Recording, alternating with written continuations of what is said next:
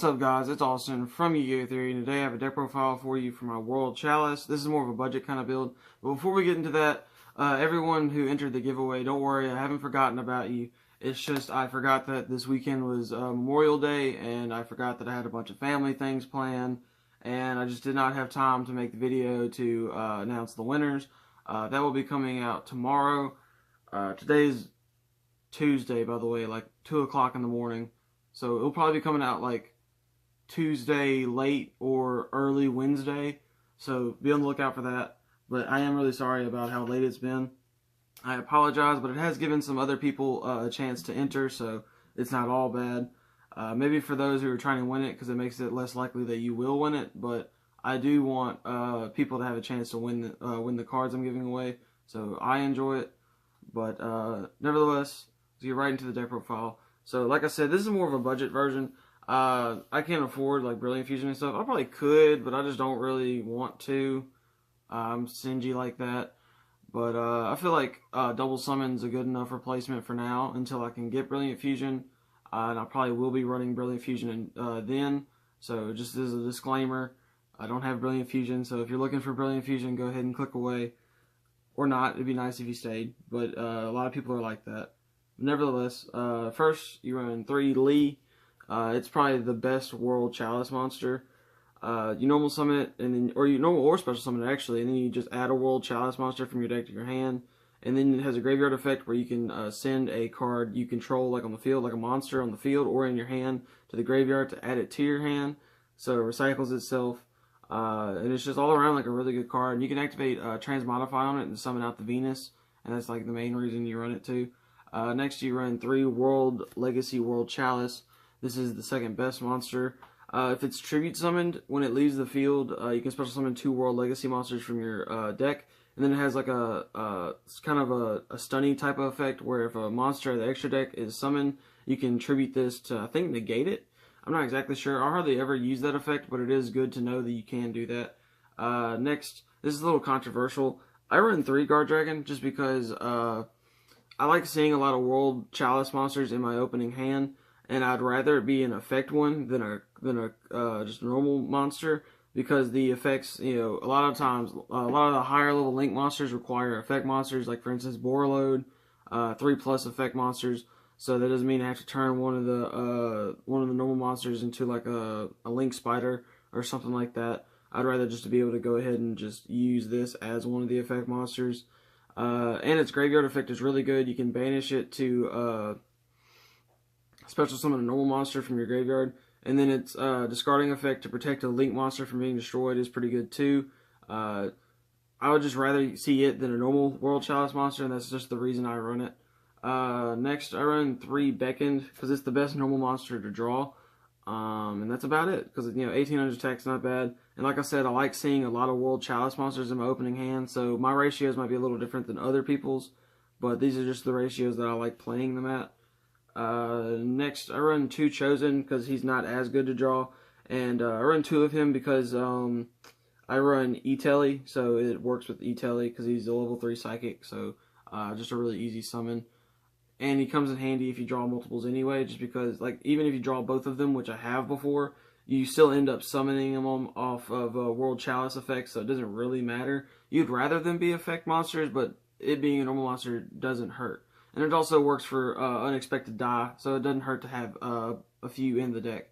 Next, for like probably the most powerful monster, the Agent of Creation Venus. This card's really good. The fact that it's not once per turn is super broken. Because what I like doing is I'll normal summon it, summon all the Shine Balls, paying 1,500, which is almost nothing for 3 monsters. I mean, Soul Charge makes you pay 1,000 per monster. So, but regardless, you pay 500 for each Shine Ball. You then continue to activate the Exodia, the ultimate Forbidden Lord. Shuffle all your monsters back into your deck, special summon him, use its effect again. You use 1,500 more of your life points, then special summon out 3 more Shine Balls, and you can just link like crazy with this card. And that's probably one reason why why this deck is so good, is the Agent of Creation itself. Next, you run the 3 Shine Balls, obviously, to special summon. Nothing too special there. You run the 2 Exodia to shuffle all your monsters back into your deck to special summon it. It's just a really easy special summon, and that's the main reason why you run it. It being level 10 doesn't matter. It being an effect monster does matter though, because you'd rather have effect monsters. But that's it with the monsters. Very heavy monster lineup. Because like I said, I'd like to see a lot of monsters. And I usually do. And I like the hands I draw with the ratios I have now. And I probably will end up keeping it like that unless I get Brilliant Fusion. Speaking of, next I run 3 double summon. It's almost as good as Brilliant Fusion, and it's not as susceptible to hand traps. It's not as bricky.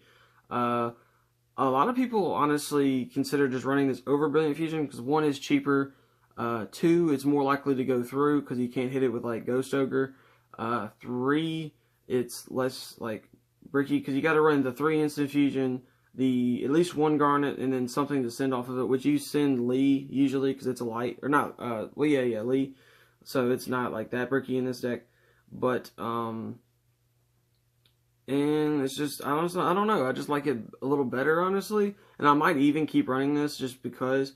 But I'm not really sure how I feel about it. Comment below what you think, because I honestly do need some help on that. Next, like a little bit of a thing I'm running, just because 3 Fiend's Sanctuary. It summons a token, basically for free, and it's not like a hard once per turn. So if you draw 3 of these, you can summon all 3 of the tokens.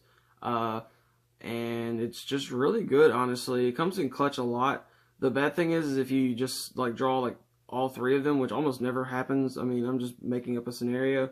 You can't really do anything because Imduke can't be summoned off of a token, and some other monsters can't be used with tokens. But tokens overall in a link deck is always positive, and especially like free tokens.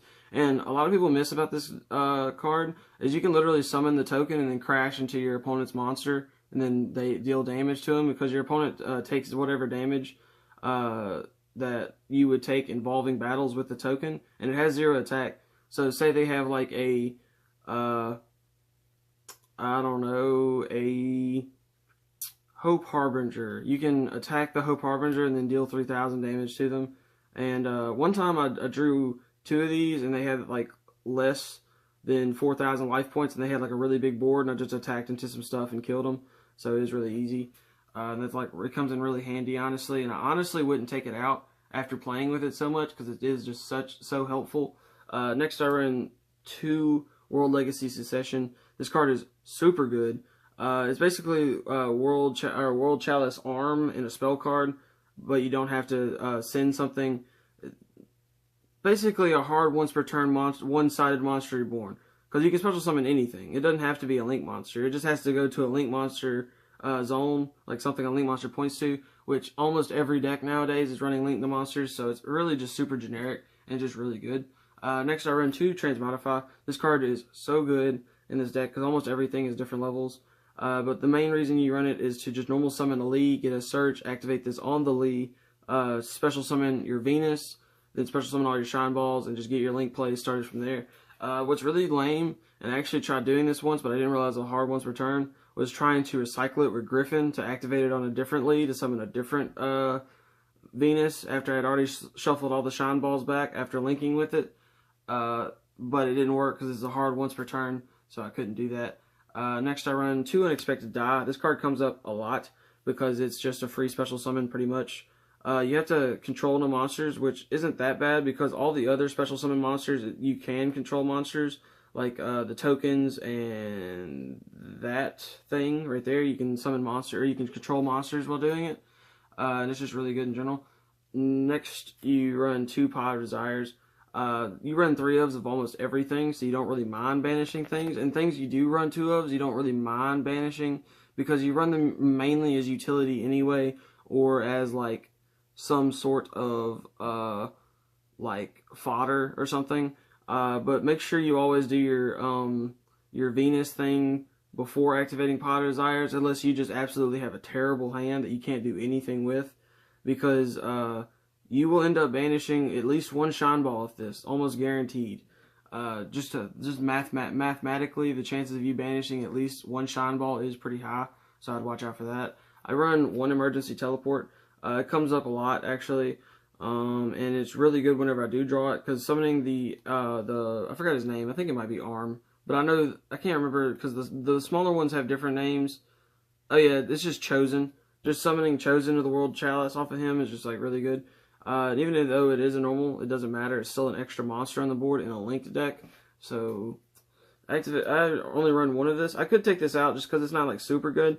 But adding them back to your hand is very relevant because if you want to keep the chain of special summons going, to where when they leave the field you special summon one out of your hand, you definitely want to use this. And sometimes it's helpful to shuffle back like your Nigirisu or like an Ib or something just random, just to try to use it again, because you only run one Nigirisu, so you kind of do want to shuffle it back into your extra deck, and it's just really good for that. So you don't run any traps because this is a very combo heavy, very fast paced deck. Traps do nothing but slow you down, so you don't want to draw them, so you don't run them. That's pretty self-explanatory there. I didn't know how much I could get simpler. But now for the extra deck, I like keeping my link monsters in order, but since Nigirisu is like the main dude, I'm going to put him on top.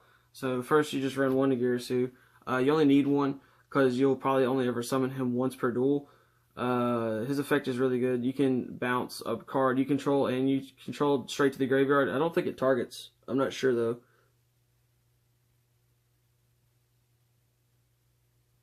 Yeah, it doesn't target. So you can just send one card you control and one card they control to the graveyard, and that's just really helpful. Sorry, I didn't realize that's so out of picture.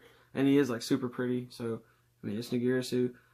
Next you run one Borload. Masterpiece isn't as big of a problem. Well, he's not a problem at all since he's banned. But Borload is still just a really good card for getting rid of problematic monsters in general. And that's about all I can say about him. Next you run one Nightmare Griffin. I run the Nightmare Griffin over the Saryuja. One, because I don't have a Saryuja. But two, I like the going first, more stunny variant over the like bunch of draw power, because honestly you're going to end up drawing at least one off Nigirisu, a lot of times two, and sometimes three. It comes up sometimes that you draw three, and it's like really good when you do. So you will end up getting draws off Nigirisu. You'll end up getting draws off the Nightmare cards. So you don't really need the Saryuja. The special summoning out of your hand is nice if you run the Kaiji package, which I'm thinking about running that. But for now, I'm just going to keep it how it is. Next, you run one Trigate. And it's very easy to set up the Trigate thing in this deck. Like, one time I had I think an arm up here, a Griffin right here, Trigate, and then a Nigirisu on this side. So it was just really good. Oh no, it was a Cerberus on this side. I had a Nigirisu, but I linked away for a Cerberus because I already used the Nigirisu's effect. Because I had it in the middle, but I tribute summoned, or linked summoned, and then tribute summoned that arm was pointing to special summon it back. Next, you run one Goblin. You make this almost every time, just because, I mean, it's an extra normal summon. You can get like 3 extra normal summons, but I have heard that Goblins normal summon, double summons normal summon, and Mduke's normal summon, that they don't overlap, but I'm not quite sure about that. I haven't played this in any tournaments or anything. I just played it against my friends, and I've been like doing test hands and stuff like that. I'm not sure. Please comment below if you do know, because I really do appreciate the help on things like that. Next, I run one Nightmare Cerberus. This card's just really good for getting rid of problematic monsters, and the fact that you can lock your opponent from destroying your co-linked monsters can be very helpful, because if you have like a Griffin, a Trigate Wizard, and some other stuff, that's just going to be really hard for them to deal with if they can't destroy them. And being able to, that Griffin negates all non-link monsters, and then Trigate can negate a card effect in general, it's just really helpful. Next you run one Phoenix. Phoenix is probably the better if you're using the destruction effect, but it's like kind of protection effect isn't as good as Cerberus's, so just keep that in mind. Next you run two Ib. I make both of these almost every time. It's just honestly just the easiest World Chalice monster to go into with 2 monsters, so that's basically why you run it. You run Arm because of its special summon effect. It's pretty good. Oh yeah, I forgot. Ib has an effect where it can protect something from being destroyed, I believe. So that comes in handy sometimes, but I've used it maybe twice. But Arm's effect I use almost every time because it is really good to tribute like just a regular monster and then bring back like a Link 2 or even a Nigirisu, like in my case, is just really good. Next you run 3 M-Duke. This is the grease to your engine. M-Duke keeps your deck running, getting extra normal summon. A lot of times you normal summon the or you tribute something to tribute summon the level 5 dude, so you can get the 2 extra monsters, and that's most of the time where his normal summon goes to.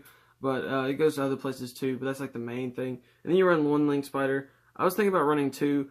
Maybe taking out an M-Duke, but M-Duke is just really important, but I'm not quite sure if 3 is necessary, because I usually make 2, but 3 I almost never make, unless they like break my board. But if they break your board, you pretty much only have like half your extra deck anyway, unless you summon the Exodia dude, then you have your whole extra deck back and your main deck, but it's just kind of up in the air at this point. So if you enjoyed the deck profile, please like and subscribe. I really appreciate it. I've been getting a good bit of subscribers lately, like more than usual. So I'll just like say thanks for that real quick. For all those that are subscribed, I just keep putting that like way out of focus on it, or way out of view. But for all those that are subscribed and you entered in the giveaway, I appreciate it. Okay, that's not supposed to be on top. I do appreciate it. And I'll catch you guys next time. Peace.